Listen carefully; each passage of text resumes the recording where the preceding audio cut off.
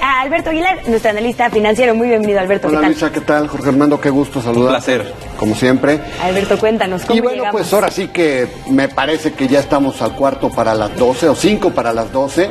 Todo está listo ya para que mañana arranque la primera de las 7 rondas de conversaciones que se programaron para renegociar el Tratado de Libre Comercio. Se quiere que sea muy rápido. Y bueno, sabemos que la cita inicial va a ser en Washington. Prácticamente ya todo el mundo está por allá. Robert Lighthizer del USTR al frente del equipo de los Estados Unidos. Ildefonso Guajardo, que es el titular de Economía, quien encabeza los esfuerzos de nuestro país. Y está también Chrystia Freeland, que es la ministra de Asuntos Exteriores por Canadá. Digamos, ellos son las cabezas. Y bueno, hasta ahora, si uno revisa lo que ha pasado con el peso, pues los mercados se muestran optimistas. El comportamiento del peso pues se ha revaluado en los últimos tiempos y bueno, esto es un poco la señal de lo que están esperando los especialistas. Sin embargo, la verdad es que nada está escrito en este tema. Nuestros negociadores incluso han aceptado que la negociación de un convenio comercial trilateral con 23 años de historia no va a ser nada fácil. Las posiciones proteccionistas de Donald Trump son, digamos, la principal amenaza que hay en la mesa de entrada. México y Canadá han adelantado que no se va a aceptar nada que vaya en contra de la soberanía.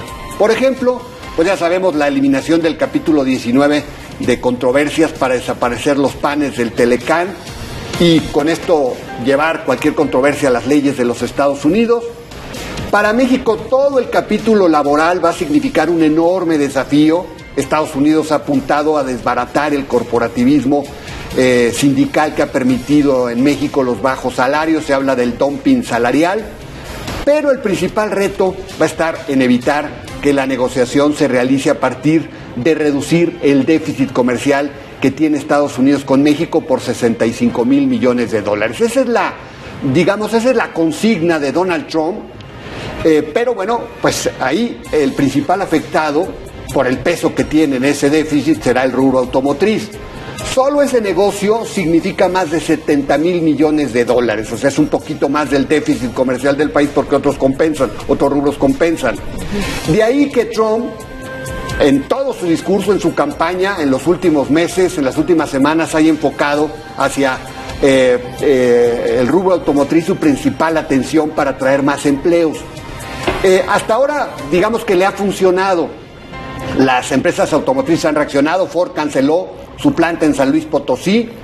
Toyota hace unos días anunció una nueva factoría en Michigan por 1.600 millones de dólares donde se va a producir el Corolla. Y un factor que en particular preocupa al ámbito automotriz es la idea que hay de aumentar las reglas de origen del rubro automotriz. Hoy se está en 62.5%, un porcentaje que es el más alto frente a cualquier bloque comercial que haya en el planeta. Y bueno, con ello, al elevarlo de ese 62.5%, lo que se estaría buscando es motivar el que haya más insumos locales y menos de otras zonas como Asia. Pero el rubro automotriz se muestra renuente porque obviamente se van a afectar sus costos de producción, porque se van a romper las cadenas globales de proveeduría. Asia forma parte importante de esa cadena. En ese sentido, la industria automotriz, digamos que podría convertirse en un aliado importante de nuestro país para evitar que los negociadores de Estados Unidos solo busquen reducir el déficit comercial como una consigna, sin darse cuenta que esto es simplemente un tema político. Como quiera, me parece que habrá que seguirle la pista al negocio automotriz. Me parece que va a ser neurálgico en esta negociación, nodal en todos los aspectos, incluso para nuestro país, y sin duda se apunta a ser uno de los centros serios de conflicto. Vamos a ver qué sucede, pero digamos de entrada, así de saque, este es, digamos, el panorama que habría en este primer capítulo de esta negociación que arranca mañana en Washington. Qué bien lo dibujaste, estimado Alberto. Y para quienes no son economistas, el déficit comercial quiere decir que Estados Unidos nos compra más de lo que nos vende, y esa es la crítica central de Donald Trump. En el análisis del discurso me parece muy interesante lo que ha dicho el secretario de Economía, Ildefonso Guajardo, quien está jugando el papel de duro, ¿no? Ha dicho, no voy a ir a darles clases de economía, no estamos mancos, no nos vamos a dejar.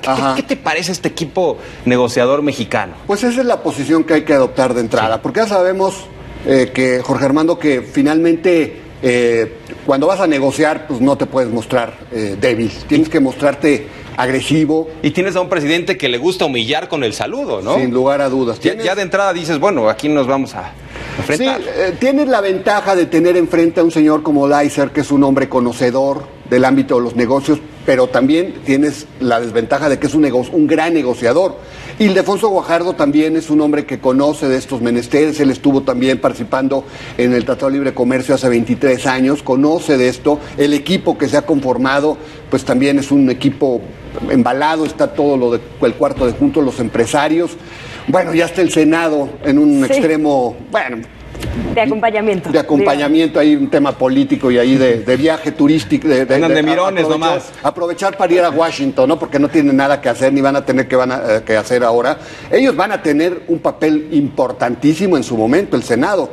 Porque ahora, como una vez lo comentó Ildefonso Guajardo, pues a diferencia de hace 23 años, pues hoy sí hay una democracia. Y ahora el Senado tendrá que pues subsanar cualquier deficiencia que hay en la negociación. O sea, al final de cuentas el gobierno podría sentirse tentado a dejar pasar por ahí algún temita para negociar otros. Y a lo mejor ese tema no le conviene a nuestro país y ahí es en donde el Senado tiene que ser un guardián importante, ¿verdad? Qué importante, Alberto, Jorge, como lo mencionan, el papel de las cámaras, porque también se ha hablado poco, parece ser que todo lo que va a pasar en estas rondas. Estados Unidos tiene que regresar a casa al Congreso a una votación y hay que recordar que Donald Trump está peleadísimo con el Partido Republicano, ¿no? También esto podría ser una traba a futuro para este tema. Qué bueno que lo mencionas, Luisa, porque se ha mencionado la intención de que el acuerdo se pueda tener a principios. Estas 7 rondas se buscaría que estuvieran terminándose hacia finales del año para estar firmando a principios del 2018. Pero, como bien lo mencionas, no va a ser tan sencillo porque pues está la parte del Congreso en donde seguramente algunos temas podrían trabarse en Estados Unidos y también en nuestro país, en donde, insisto, bueno, pues hoy hay una democracia en nuestro país. Y en esta negociación, ¿qué papel puede jugar Canadá, sobre todo en beneficio de México? ¿Le van a hacer el 2-1 a los Estados Unidos cuando haya situaciones escabrosas? Importantísimo, Jorge Armando. No, ellos ya dijeron incluso en el capítulo 19 que si prevalece la intención del equipo negociador de los Estados Unidos, ellos ya no van a firmar un nuevo acuerdo comercial. Canadá tuvo un mal arranque, ¿te acuerdas? Cuando llegó el primer ministro, ellos se mostraron como muy cercanos a Trump, tratando de incluso llegar a firmar un acuerdo bilateral. Pero luego como que nos quisieron madrugar, ¿no? No, Trudeau y compañía, ¿qué pasó? Trudeau, yo creo que Trudeau es un joven, no se acordaba de que hace 23 años, o hace más, 25, 30 años, para Canadá era un dolor de cabeza el acuerdo bilateral, el acuerdo bilateral que se tenía con los Estados Unidos. Yo recuerdo que tuve la oportunidad de ir a Canadá en un viaje de bastantes semanas y estuve en muchas ciudades y no sabes la cantidad de temas, de controversias comerciales que había entre Estados Unidos y Canadá. Entonces, como que se olvidaron de que la relación entre los dos países con su acuerdo bilateral había sido muy mala y que se logró subsanar todas estas deficiencias porque se firmó un acuerdo trilateral.